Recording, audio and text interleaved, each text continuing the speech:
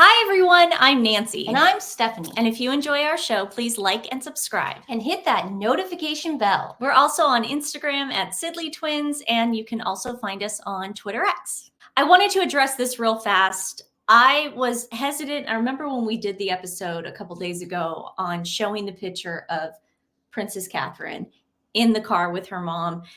I remember going to Stephanie and saying, I don't even want to show this picture because it really is just kind of like feeding the beast. Now, there is speculation that the picture is not real, that it's been photoshopped. It's old. It's an old picture. And that is exactly why I didn't want to put it out there. I also didn't want to put it out there because I don't think that Princess Catherine needs to put a picture like that out there. She doesn't owe any explanation. I don't understand this. I remember hearing about this surgery a while ago after Christmas and just being like, okay, well, we're not going to see her until Easter. I just remember that. And it like was in my head and I dealt with it. We're fine with it. We're fine with it. I don't understand this. I get that there's all this, where's Kate Middleton on the internet. It's all done by Sussex Squad. It's perpetuated by hate. Yeah. And Meghan's not out of concern. Yeah. And we know Meghan's behind it because Meghan has been doing a full campaign on herself lately with People Magazine. And then today, People Magazine even put out a thing on Princess Catherine and where she is. So it's obvious that this is all coming from Meghan Markle. She's terrified that when Princess Catherine comes back, that any limelight she had is going to go away really fast, which it will. Princess Catherine's going to break the internet. It's going to be crazy and it's going to be awesome and we can't wait for it. But until then, just chill, everybody. And I'm sorry for putting the picture up. I shouldn't have done it. I knew in my mind that I didn't want to do it at the time. She was struggling with it. I was really struggling. And so I apologize for putting the picture up there. It's not going to happen again until Princess Catherine is ready to make herself known to the world after her surgery and when she is feeling better and recuperated. Now, moving on to Meghan. So we know for a fact now their little ski trip was officially a merch trip. I don't think Meghan was there at all now. I am almost 99% sure that was just put there to merch that mountain. Because as somebody who has been to Powder Mountain before, I was very confused when I saw her there because, like I said, it's a very private mountain. They only sell a certain amount of passes because they like that their runs are not crowded, which a lot of people appreciate. Hey, Gwyneth Paltrow went to trial for it. Yeah, it's one of those precious things that, especially snowboarders, especially Gwyneth Paltrow. Yeah, but yeah, exactly. But we like to sit down and enjoy the view sometimes, and not have somebody barreling down. Okay, so I was very confused as to why Meghan or fake Meghan was put in that picture. Well, now we know. The former CEO of Netflix, Reed Hastings, purchased the mountain recently. And guess what he's doing, guys? He is taking the cap off the amount of passes that he is selling. That meaning that there is going to be a crap load of people on that mountain next season to make up for, I guess the mountain was losing money. Boom! There you go. You thought Disneyland was bad. Yeah. Wait till this. Okay, but it was an ad. It was an ad for Powder Mountain. It was basically telling people, you know that private mountain that really rich people go to or celebrities go to when they go skiing in Utah? Now you can go to it. Yep. And then that's why you bring in Meghan. Meghan does not represent high end. Meghan, I don't want to say cheap because, I mean, ski weekends are very expensive. Speaking as someone who snowboards, it is very expensive. I knew something was up, and I also knew that there's no way that she was on that mountain. Yeah. There's no way. And she wanted that paycheck. She's desperate. Yeah. She'll do anything. That was a merching ad. 100%. Kids were not there. Probably not. They weren't. She wasn't there. So let's also talk about South by Southwest. More has come to the forefront. Basically, Meghan paid to be put on this panel. The session is presented by Archwell Foundation, and the 19th, we'll get into the 19th, the National Nonprofit Newsroom, reporting on gender, politics, and policy. It makes complete sense why Meghan's involved in this. She's not a philanthropist. She's not a woman in the media. She's not a feminist. She's not a feminist. It never made any sense to me. Now, it makes sense to me why Katie Couric is there, because she's part of the Aspen Institute. And we're going to do a whole episode on the Aspen Institute. I mean, it is like all they care about is censorship and just basically dog whistles everywhere. It's not a good thing. I believe Harry was sort of involved in it when he first moved to America. I think he wanted to kind of like dip his toes, or Meghan wanted him to, but I don't think that really panned out for him. Well, he hates the First Amendment. That, and he also he doesn't like to work. No. So I don't think he was as committed as they would like that. But Katie Couric is on the board of the Aspen Institute along with other people. Again, we're going to do a whole episode on that because it's really juicy. It's really interesting. I want to thank Meghan, the Duchess of Pistains. That's funny. She made a really good find here, and I hadn't even noticed this, but she looked at the pages of all the other 3 successful women and look at the embarrassing bio Markle attached. She is no one who has achieved nothing, and she has to write a high school essay of fake achievements, so she feels worthy of being part of these women. It's so true. Look at this, guys. Look at her long bio. Okay, guys, keep that in mind. Okay, Meghan actually submitted this and wanted this put in. This is so embarrassing. And then notice Katie Couric didn't even submit a bio. Erin Haynes, who I don't even know, who's part of that 19th News, didn't submit a bio. Brooke Shields, who's the biggest fur hag on the planet, didn't submit a bio. How embarrassing is that? She's pushing this feminism thing. It's just like Megan's has been doing this all week on Twitter, and I applaud her. But she's been talking about, like, she used to bully her female staff members. How is she gonna speak on feminism on a panel? Yeah. It's crazy. Another thing that I found interesting that a lot of people were pointing out on Twitter, good job, guys, is every article that was put out about this panel, Meghan's picture and her name was first. I mean, it's just so incredibly cringe to see these headlines, especially when it's about women and women of color, gender equity, all these things. And you see Meghan, the Duchess of Sussex, she's using her title. Her name, her title takes up the whole freaking headline. It just doesn't, it's so embarrassing, but someone's telling him to do this. Variety, we knew that would happen. I mean, look at that. Meghan, the Duchess of Sussex. It's just, oh my God, the cringe factor is so, ugh. So Nancy Wei Wen says, this is surreal. I'm going to be on the opening day keynote panel for South by Southwest with Meghan, Duchess of Sussex, Katie Couric, Erin Haynes, and Brooke Shields talking about my favorite topic, representation in the media. I mean, but she still wrote Meghan, Duchess of Sussex. Now, Nancy Wei Wen, her whole thing is diversity, inclusion, and equity, okay?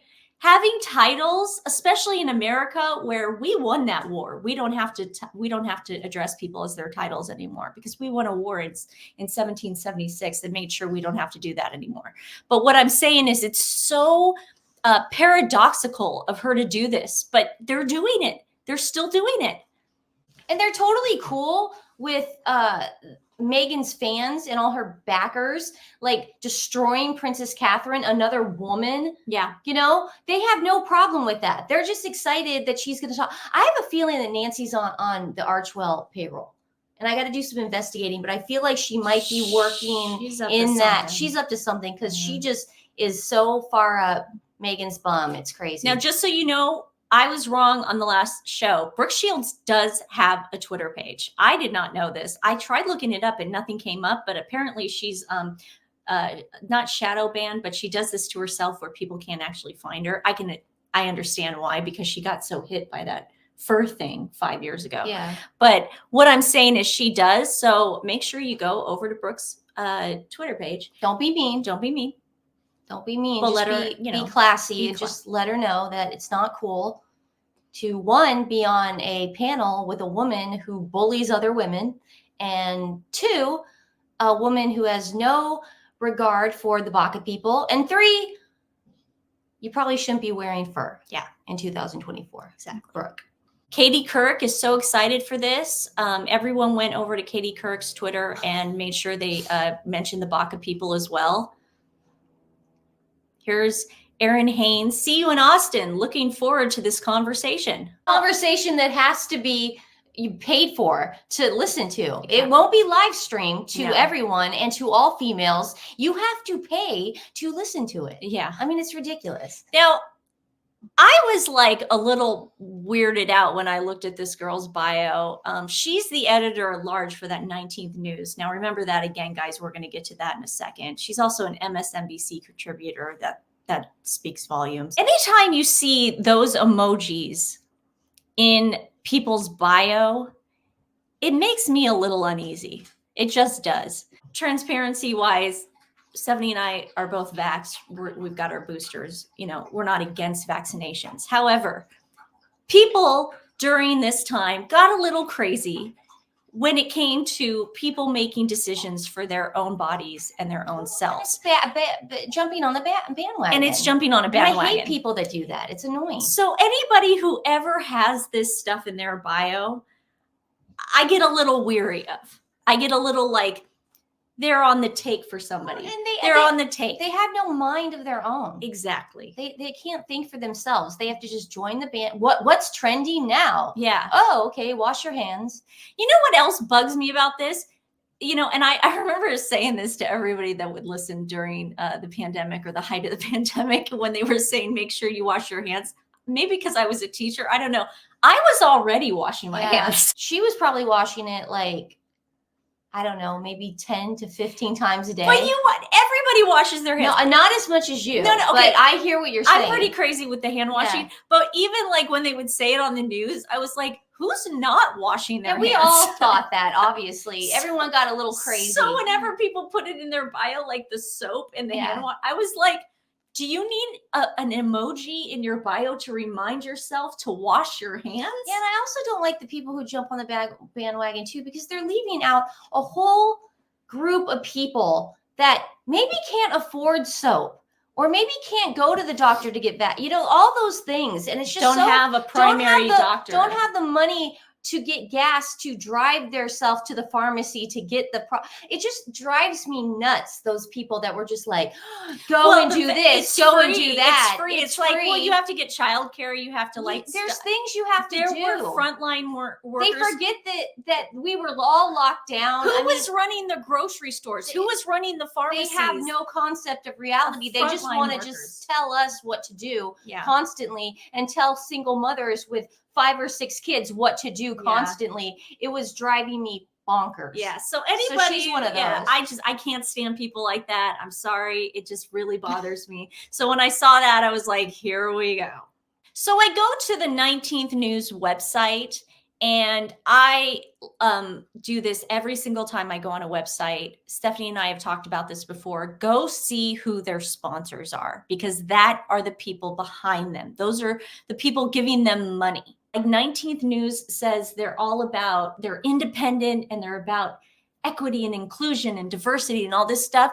They have some like establishment Wall Street donors. Okay. I mean, MasterCard, Goldman Sachs, AARP, but look at right down there. Pfizer. Oh, well, that makes sense. Pfizer. Yeah. So she's getting a big fat paycheck for her opinions. That's exactly. Good. They're not her thoughts and opinions. Yes. They're sponsored by Pfizer. Exactly. I mean, it's just the hypocrisy. Walmart. Yeah. Well, I have no opinion, but I'm anti-gun. But guess what? I'm going to take that Walmart paycheck. I'm going to take money from Walmart. Yeah, but she's anti-gun. Well, it's the hypocrisy part of it that drives me bonkers. It gets better. Oh, good. The number one thing I saw immediately, Raytheon. Now, if you don't know what Raytheon is, Raytheon is in charge of making all those big missiles and all the stuff that we use in wars.